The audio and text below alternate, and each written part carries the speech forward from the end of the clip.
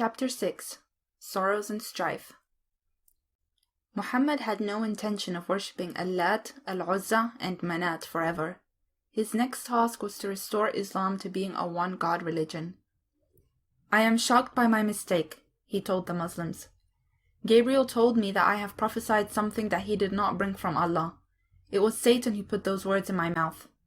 This is what Allah was really saying. Have you thought of Al-Lat and Al-Uzza and Manat the third, the other? Are yours the males and his the females? That were indeed an unfair division." Allah had only mentioned the three goddesses because he was mocking them. Why would Allah have daughters when mere humans could have sons? The Muslims accepted Muhammad's confession of error, but the polytheists felt cheated. He has taken back his words about the relationship between our gods and Allah, and now he is saying something else. They believed he had invented the false prophecy only to persuade them to cancel the boycott. Whenever Muhammad passed polytheists in the street, they mocked him by sneering, "These are the exalted flying ones. Their intercession is approved."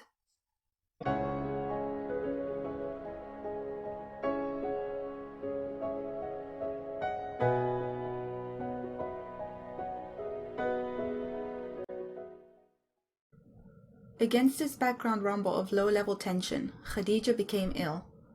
Muhammad comforted her last hours with the reminder that Allah had promised her a jeweled palace in heaven. He told her to take his best wishes to his dark-eyed brides, her heavenly co-wives. She died in April 620. Muhammad was so distressed over Khadija's death that his friends feared he would die of grief. He never forgot her. For the rest of his life he spoke of her warmly and often. Despite this, he remarried within 3 weeks. This time around, he did not intend to restrict himself to only one woman. First, he married Sauda, a widow tanner, after which he stopped talking about the dark-eyed brides in heaven and rarely mentioned them again. A few days later, he also contracted marriage with Abu Bakr's daughter, Aisha. For the time being, however, Aisha remained in her father's house, for she was only 6 years old.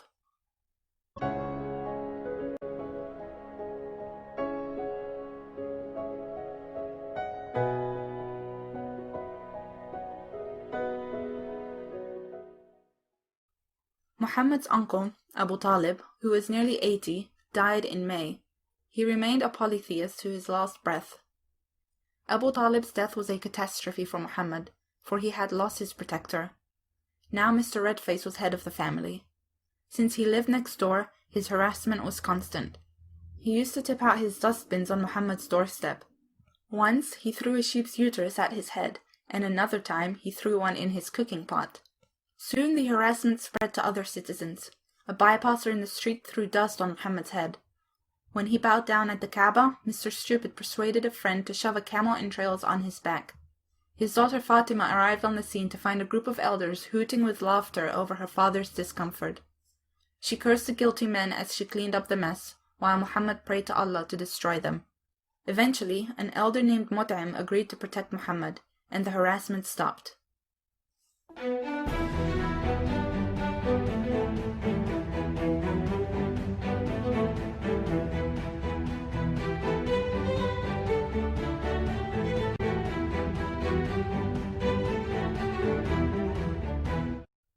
It was too late. Muhammad had not forgiven the city for the 3 years of boycott. He began his search for allies who would help him fight the Quraysh. He made the rounds of all the trade fairs in the neighboring cities. He made the same offer of alliance to every major tribe: the Abs, the Bakka, the Ghassan, the Ghatafan, the Hadarima, the Hanifa, the Ka'b, the Kalb, the Kilab, the Kinda, the Muharib, the Nadir, the Sulaim, the Thaqif, and the Udra. He was always tagged by Mr. Redface, elegant in his striped cloak, who kept interrupting. "Ignore this liar. He just wants you to dump Al-Lat and Al-Uzza for his false new religion. Don't listen." Most people then responded, "If your own family don't believe in you, why should we?" The only people who showed any interest were 6 men from Medina. Their Jewish neighbors had warned them that a prophet was coming, so Muhammad's story sounded convincing. 6 men were not enough to start a war, but they returned to Medina to tell their friends that the Jews' prophet had arrived.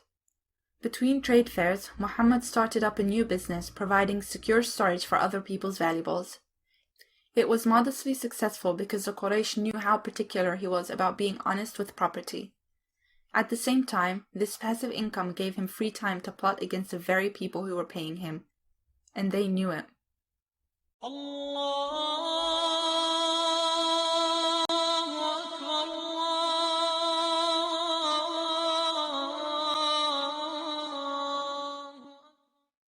One morning, Muhammad stood up in front of the Kaaba and announced that he had traveled to Jerusalem and back during the night.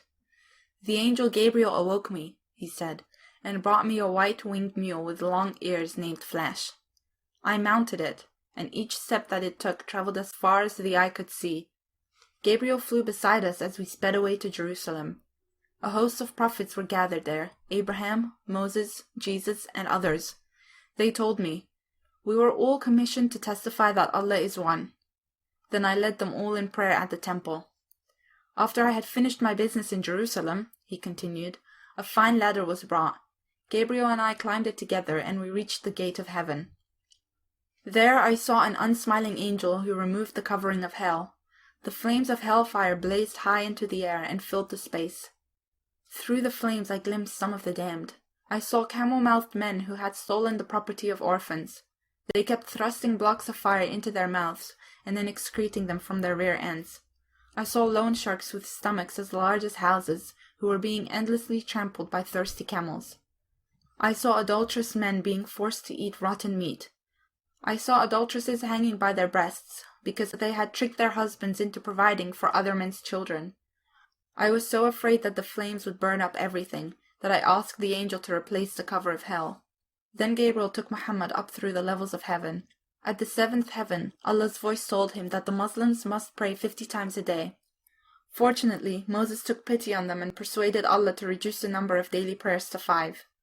After this, Gabriel took him even further into heaven, where he saw the famous lote tree growing among pearl pavilions.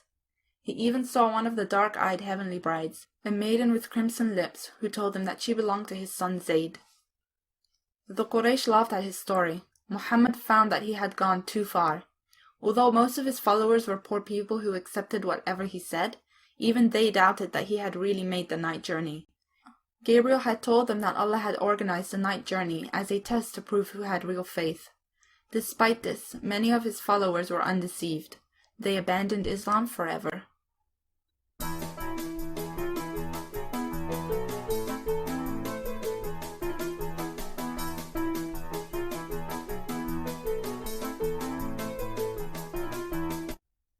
At exactly this point, when it seemed that Muhammad's mission was self-destructing, his new friends from Medina reappeared. The original 6 had managed to convert 6 of their neighbors. The 12 men met Muhammad at Aqaba Gully and swore to take him as their chief. They agreed to become Muslims and to obey him in anything right, and Muhammad promised in return that they would go to heaven. 12 men were still not enough to start a war against the Quraysh, but Muhammad knew by now that he would not receive a better offer from any other tribe, so he committed himself to a future in Medina. He sent a Muslim who spoke well to Medina to teach the Quran. The new converts in Medina turned out to be very enthusiastic. They told all their neighbors about Islam, and they made more converts all over the city. Muhammad knew that he would need the Jews of Medina to recognize him as a prophet, so Gabriel announced that Muslims were forbidden to eat pork. His latest revelations were stories about prophets. Noah laughed at the drowned sinners. Allah instructed Job to beat his wife with a green twig. Abraham knocked over the idols of and the idolaters threatened to burn him in a furnace. It was in response to Moses' preaching that Pharaoh commanded the murder of the Israelite babies, and the same Pharaoh commanded Haman to build him a sky-high tower so that he could look at Moses' God. In a word, anything that Muhammad had not made up out of his own imagination came from the Talmud, not the Bible. Muhammad never understood the difference.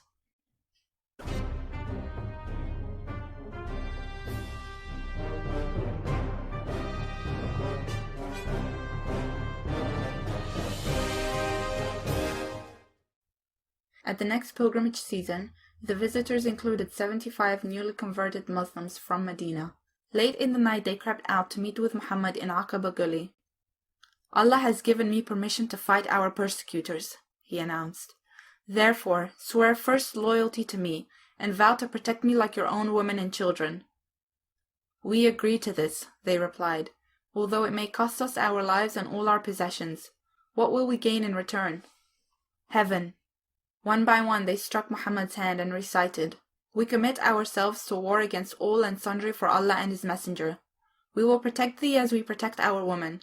We promise complete obedience to thee." As soon as they had all promised, a voice from the top of the gully shrieked, "Listen, people of Mecca, this villain and his converts have declared war on you."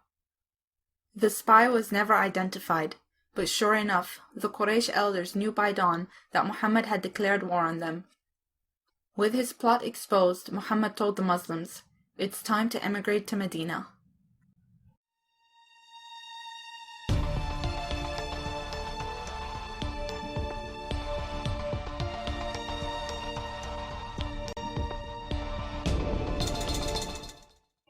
Over that summer, family by family, they sold up their assets and set out in groups. They left quietly, but of course people noticed that over 80 Muslim men, plus women and children, had disappeared. Some of the Quraysh had to lock up their young men to prevent them from escaping. In September, the elders laid a plot to kill Muhammad. They would surround him that night. One person from each family would strike a blow so that no individual or family would be blamed. Muhammad had spies everywhere, and he heard about the plot. He told Ali to wear his green cloak and sleep in his bed. Then he hurried off to Abu Bakr's house. "Allah has given us permission to emigrate," he announced. "We'll go together." They climbed out of Abu Bakr's back window and scrambled down the mountains to a remote, hidden cave. That evening, the assassins met around Muhammad's house. They peeked through the cracks in the door and saw him lying in bed. Scrupulous over not attacking a man in his sleep, they determined to spring on him first thing in the morning. At dawn, the sleeper awoke and threw the green cloak aside. The assassin saw that he was Ali. Muhammad had escaped.